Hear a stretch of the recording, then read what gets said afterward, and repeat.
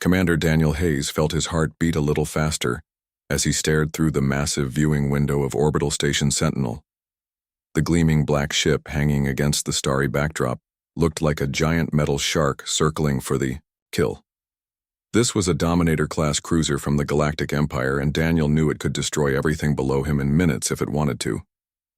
"Sir, they're calling us again," said Lieutenant Susan Mitchell from her station.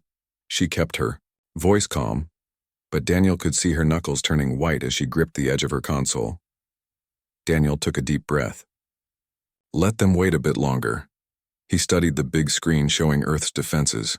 The truth was, humans had only figured out how to travel faster than light a few years ago. Before that, Earth had been safely hidden. Now the Galactic Empire knew where they were, and they had come with ships that clearly weren't just for saying hello. The door to the command center slid open with a soft hiss. Admiral Gregory Porter walked in, his old face looking tired and worried. His uniform was perfectly pressed as always, but the lines around his eyes were deeper today. "I just came from the emergency meeting," Porter said. "The President and the Security Council have made their choice." Everyone agreed. Daniel nodded slowly. For 15 years, Earth spies had been secretly studying the Empire by capturing their scout ships and pretending they had crashed. They had learned how the Empire worked. They came offering friendship, but once a planet joined them, the Empire took whatever they wanted. They drained planets of resources and forced people to serve in their military. Many alien races had fallen for this trick. Earth would not. "Okay," Daniel said. "Let's talk to them." The screen in front of them flickered and showed the face of an alien. High Commander Zexterai had gray skin that looked like stone and eyes that reminded Daniel of a calculator. Always measuring, always counting. "Commander Hayes," the alien said with a small smile that didn't reach his eyes. "The Imperial Council is getting tired of waiting. We have offered your little species the great honor of joining the Galactic Empire peacefully. You have 1 day left to accept." Daniel stepped closer to the screen. "High Commander, I'm here to give Earth's official answer." He nodded to Susan, who pressed a button sending their message. "This is a declaration from all the countries of Earth, stating that no Galactic Empire ship is allowed in our solar system, starting right now." Zexterai's face changed from confident to shocked. "Perhaps your translators are broken. Your primitive species cannot possibly be saying no to Imperial protection." "The translation is perfect," Admiral Porter said, stepping forward. "You have 24 hours to take your ships and go beyond Pluto." "You have no idea who you're challenging," Zexterai said, his voice getting louder as his friendly mask slipped away. "The Empire controls 10,000 worlds." Daniel allowed himself a small smile. "And yet here you are, trying to scare a primitive species instead of just taking what you want. That tells us something interesting about your empire." The alien commander's gray face darkened with anger. "You will be sorry for this," he growled before the screen went black. Admiral Porter turned to Daniel, a fierce light in his old eyes. "Start Operation Porcupine. Let's show them why it's a bad idea to corner Earth." All across the solar system, hidden defense platforms that Earth had been building in secret for decades powered up. Weapons locked onto the Imperial ships as lights blinked from red to green on control panels throughout the station. "Sir," Susan called out, "Imperial ships are changing position. They're spreading out into attack formation." Daniel watched the tactical display as the enemy vessels moved like pieces on a chessboard. "Just as we expected, they're following standard subjugation protocol." Admiral Porter nodded grimly. "They think they're dealing with helpless newcomers. They have no idea what's waiting for them." The truth was, Earth had been preparing for this day since they detected the first alien transmission 50 years ago. Scientists and military experts had worked together, studying the signals coming from space. What they heard made them realize that the galaxy wasn't a friendly place. It was a place where the strong took what they wanted from the weak, so Earth had decided not to be weak. "All defense stations report ready," Susan announced. Her voice was steadier now, confident. "Stealth fleet is in position. Added communications. Officer Ryan Wilson. All 30 ships report green status." Daniel looked at the main viewer again. The Empire's ships looked so powerful, so advanced. But appearances could be deceiving. Earth had spent decades preparing for this moment, building technology specifically designed to counter Imperial weapons. Incoming transmission from the President, Ryan said, for the whole station. The main screen changed to show President Abigail Carter. Her face was solemn but determined. Men and women of Earth's defense forces, she began. Today marks the moment humanity takes its place among the stars. Not as subjects, not as servants, but as free people. The Empire believes we will bow to their threats. They believe we will surrender our resources, our people, and our future out of fear. She paused, and Daniel could see the weight of responsibility on her shoulders. Billions of lives depended on the decisions made today. But they've made a critical mistake, she continued. They judged us by the standards of other species they've encountered. They saw our young space program and assumed we were unprepared. They didn't realize that for 50 years we've been watching them, learning from them, preparing for them. Throughout the station, crew members stopped to listen, their faces showing both fear and determination. Today, we send a message to the Galactic Empire and all who would threaten our world. Earth is not a prize to be claimed. We are not resources to be harvested or soldiers to be conscripted. We are humanity, and we stand free. The screen returned to the tactical display showing the Imperial ships. Daniel looked at Admiral Porter, who gave a single firm nod. "Send the ultimatum," Daniel ordered. Susan opened the channel again. The face of Zex Turai appeared, now fully showing his anger. "The deadline for your answer has not—" "This is our answer," Daniel interrupted. "The United Nations of Earth has declared that no Galactic Empire ship is permitted in our solar system. You will withdraw beyond the orbit of Pluto within 24 hours, or we will remove you by force." Zex Turai laughed, a harsh sound like rocks grinding together. "With what? Your primitive weapons? Your handful of new ships? The Empire has conquered civilizations thousands of years more advanced than yours. Then I guess we'll find out if humanity has something those other civilizations didn't," Daniel replied calmly. As they spoke throughout the solar system, Earth's hidden defenses continued to power up. Satellites disguised as debris activated weapon systems. Stealth ships positioned themselves behind Imperial vessels. Ground-based energy cannons on the Moon, Mars, and several moons of Jupiter aimed at their targets. Humanity had spent generations preparing for this day. They had watched the skies not with wonder but with wariness. They had built not just a defense network but a trap, and the Empire had just walked right into it. 24 hours, Daniel repeated. Not 1 minute more. The screen went black. Again as Zex Turai cut the connection in rage. Admiral Porter looked at the tactical display one more time. "And now we wait." Daniel shook his head. "No, now we get ready. They won't wait 24 hours. They'll attack much sooner." As if on cue, Susan called out, "Sir, Imperial vessels are powering weapon systems."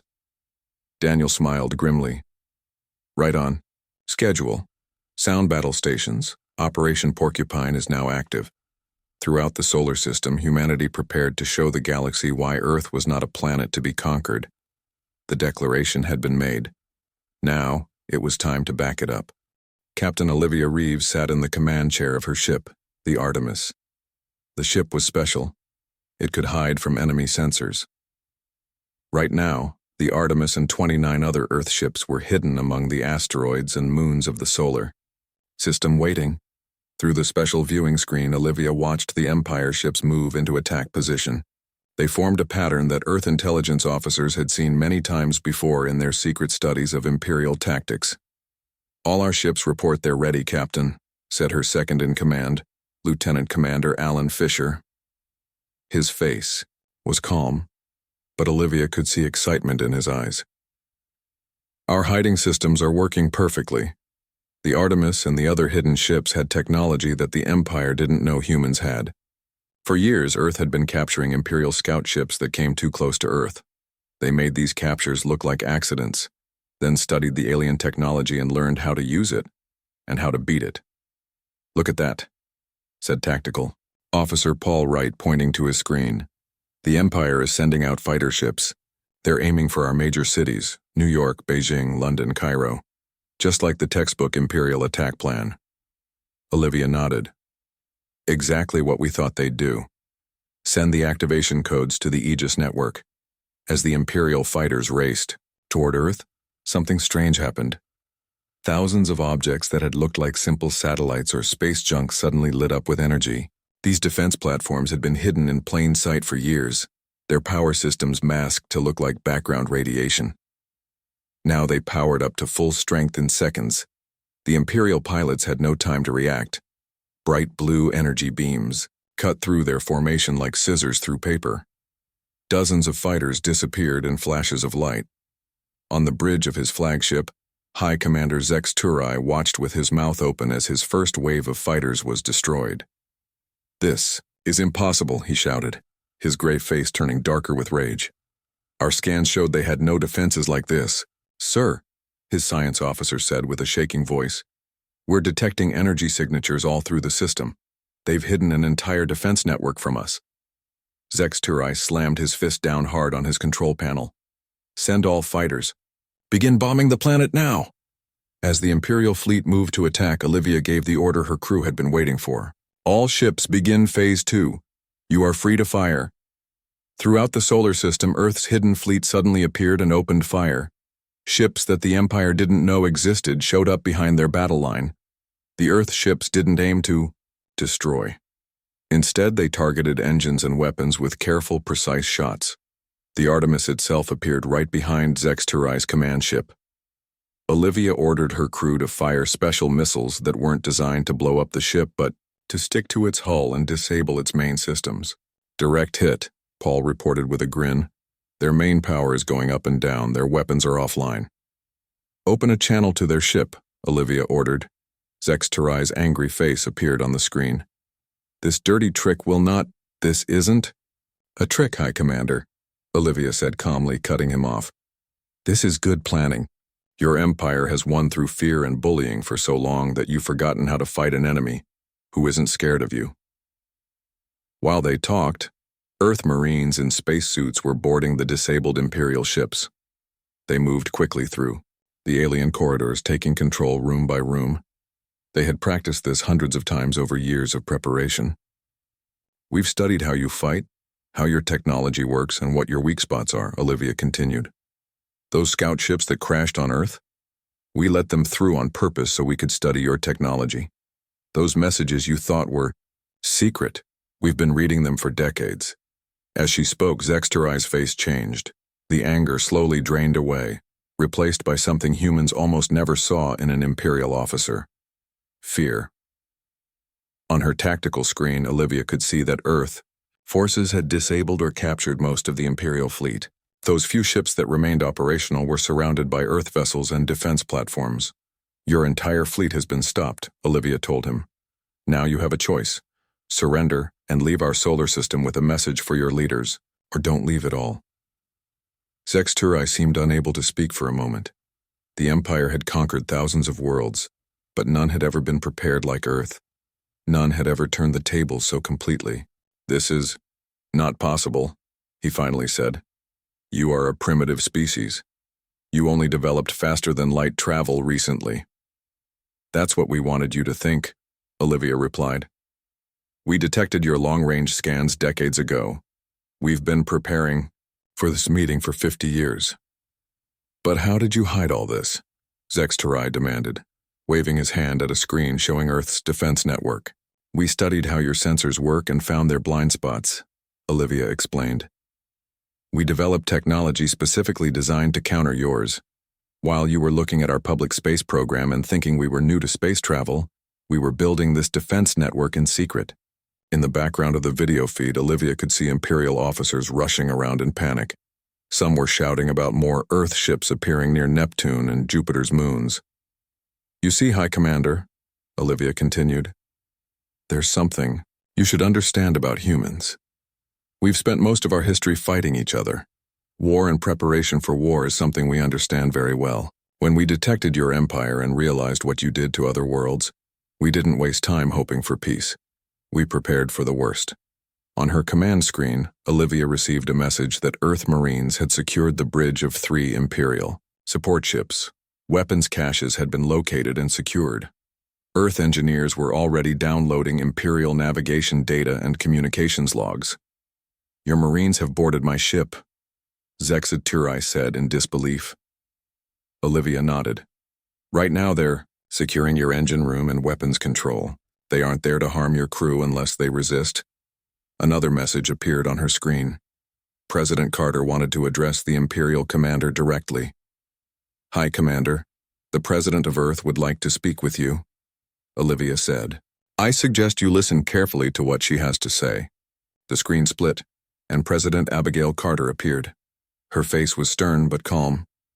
"High Commander Zexaturai," she began.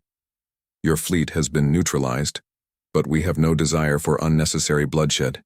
You will be allowed to leave our system, with 1 ship and enough crew to operate it. The rest of your people will be treated fairly as our guests until diplomatic arrangements can be made for their return." "And if I refuse?" Zexaturai asked, though his voice lacked conviction. "Then we will be forced to permanently neutralize your remaining ships," President Carter said simply.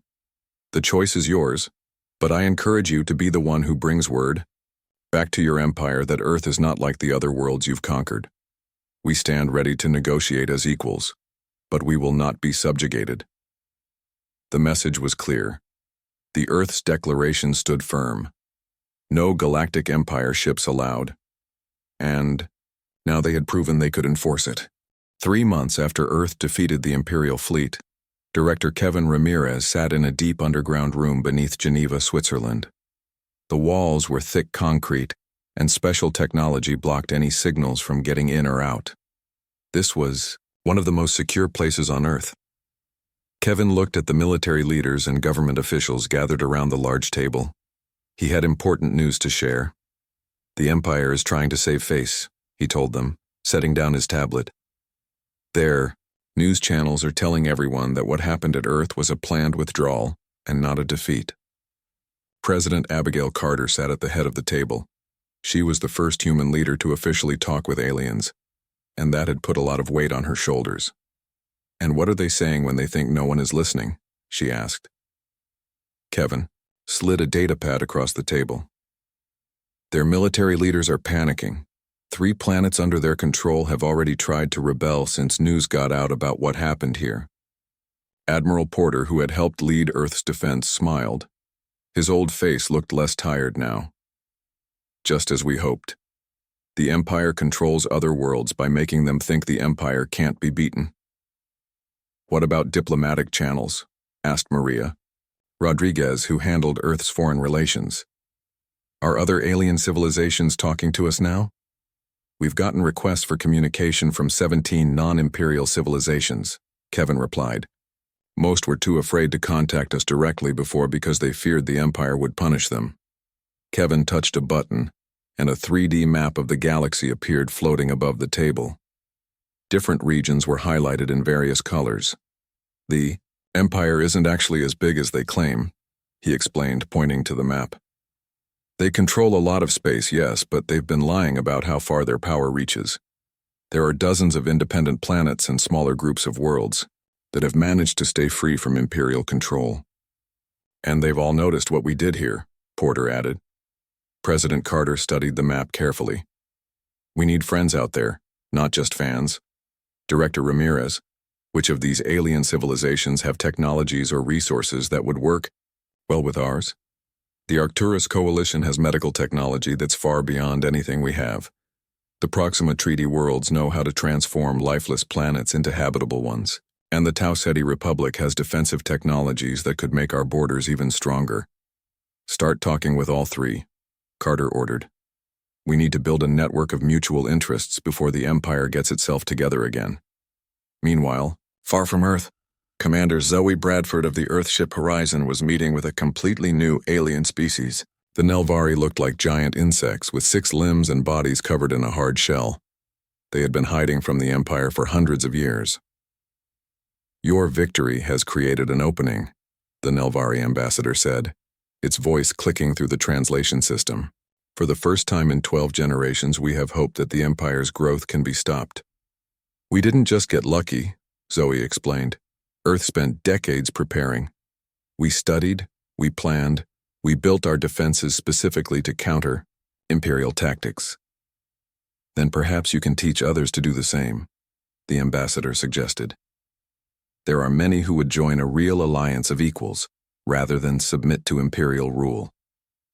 While this conversation was happening, important information was spreading throughout the galaxy. Earth was sending out data packages through the subspace networks, detailed information about Imperial weaknesses, defense strategies that worked against their standard attacks, and codes for secure communication that the Empire couldn't monitor. Back on Earth, in a secure laboratory beneath the Rocky Mountains, Dr. Eleanor Patel and her team were studying the captured Imperial technology. The room was filled with strange devices and holographic displays showing alien designs.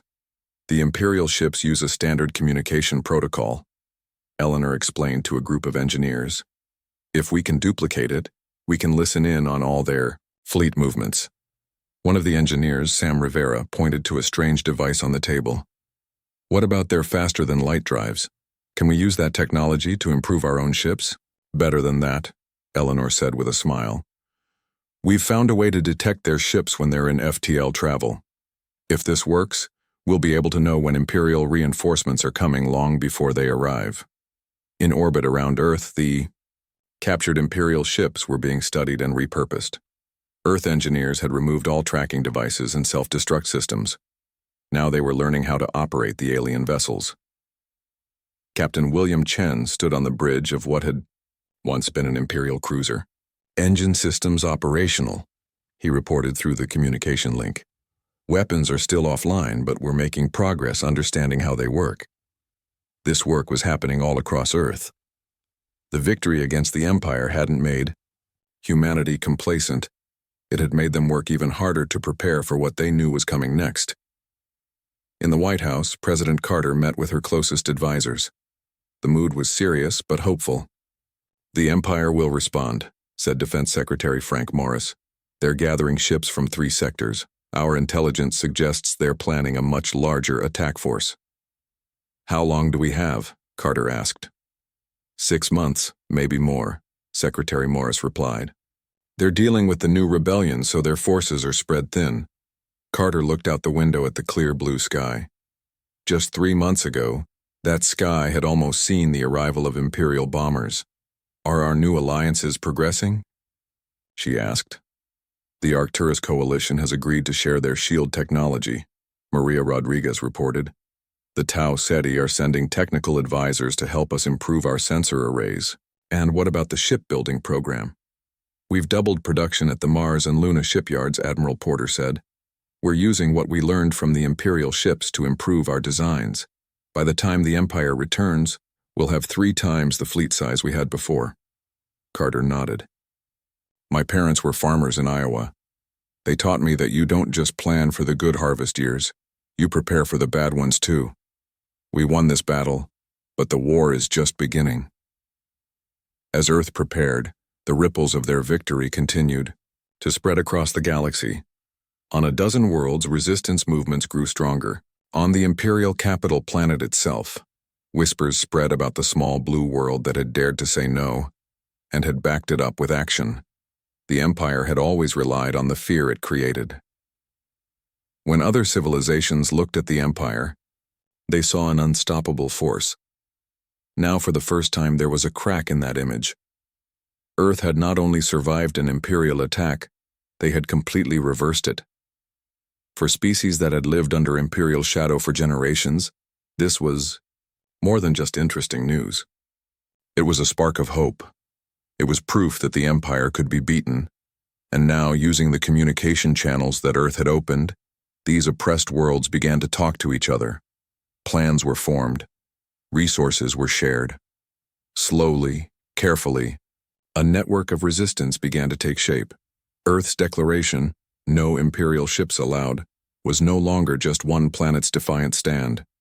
It was becoming a rallying cry across the stars.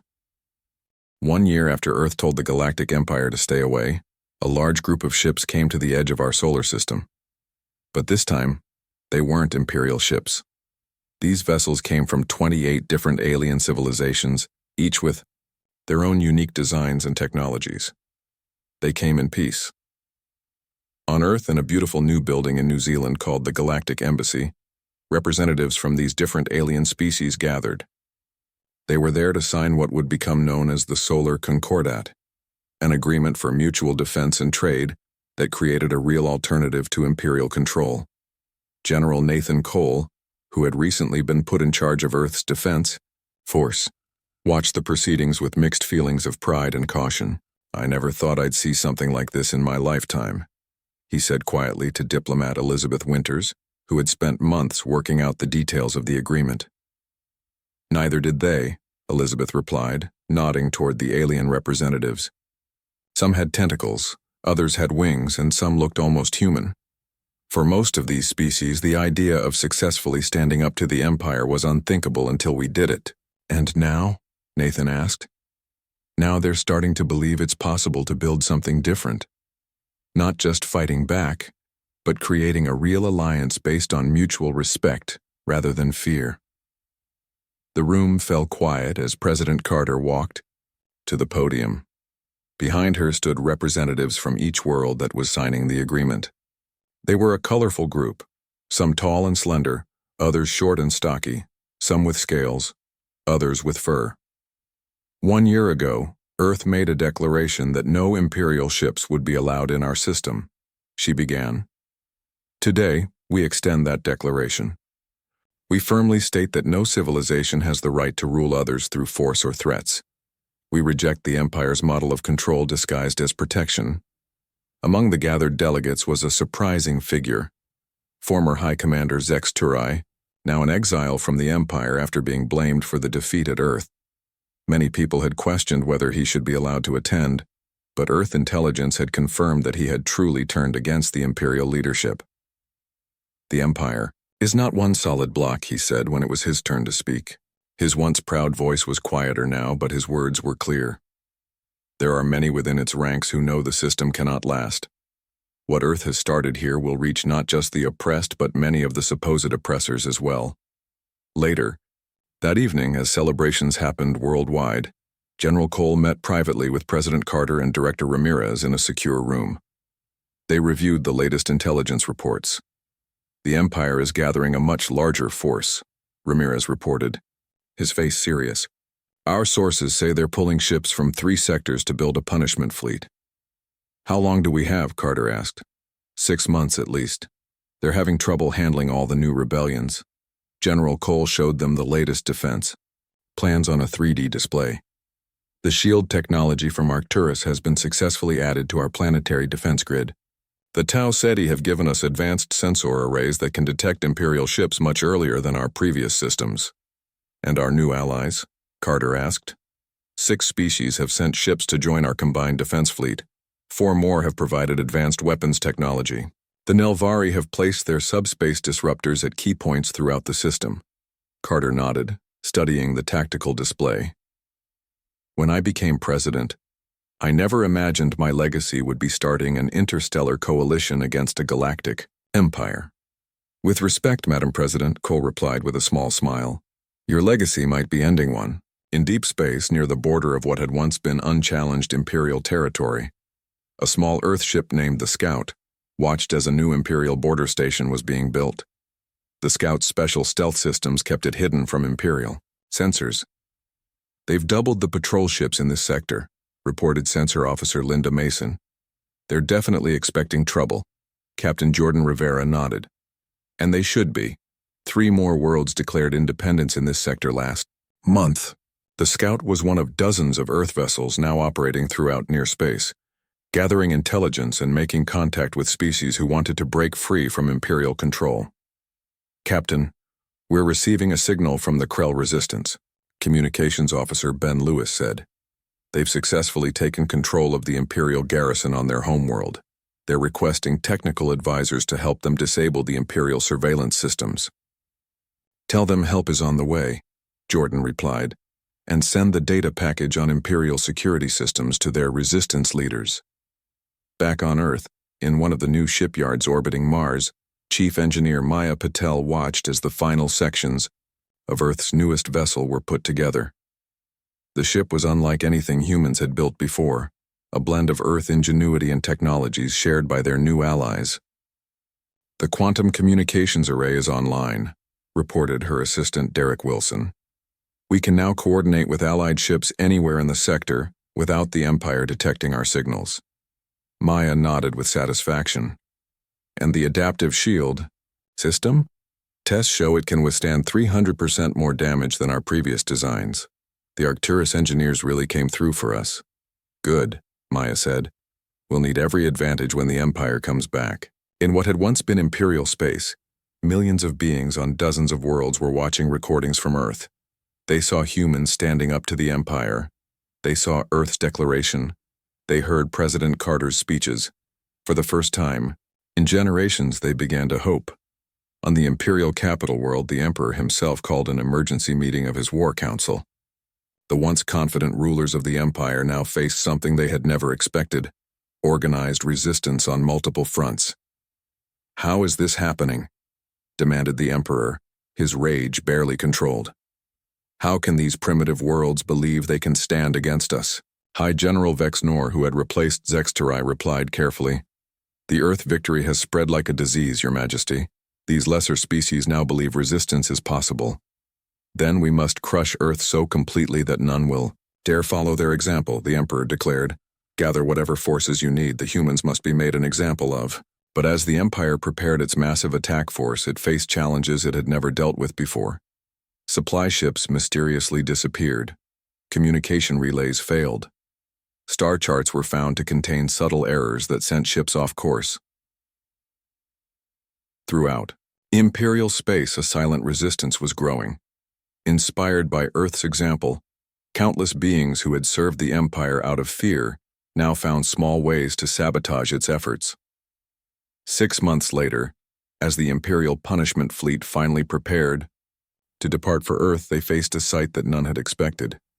A combined fleet of ships from Earth and its new allies appeared at the edge of the system.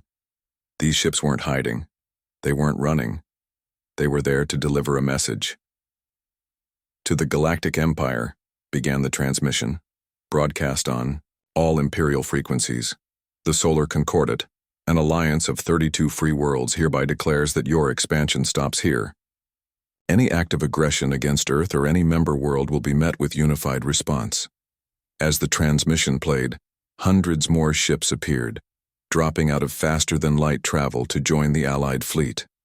Earth's declaration had begun, as a single planet's defiant stand. Now it was the foundation of a new power in the galaxy, not an empire built on fear, but an alliance built on mutual respect and cooperation. The declaration stood firm. No Imperial ships allowed, and increasingly, that declaration was becoming reality across more and more of the galaxy. The end.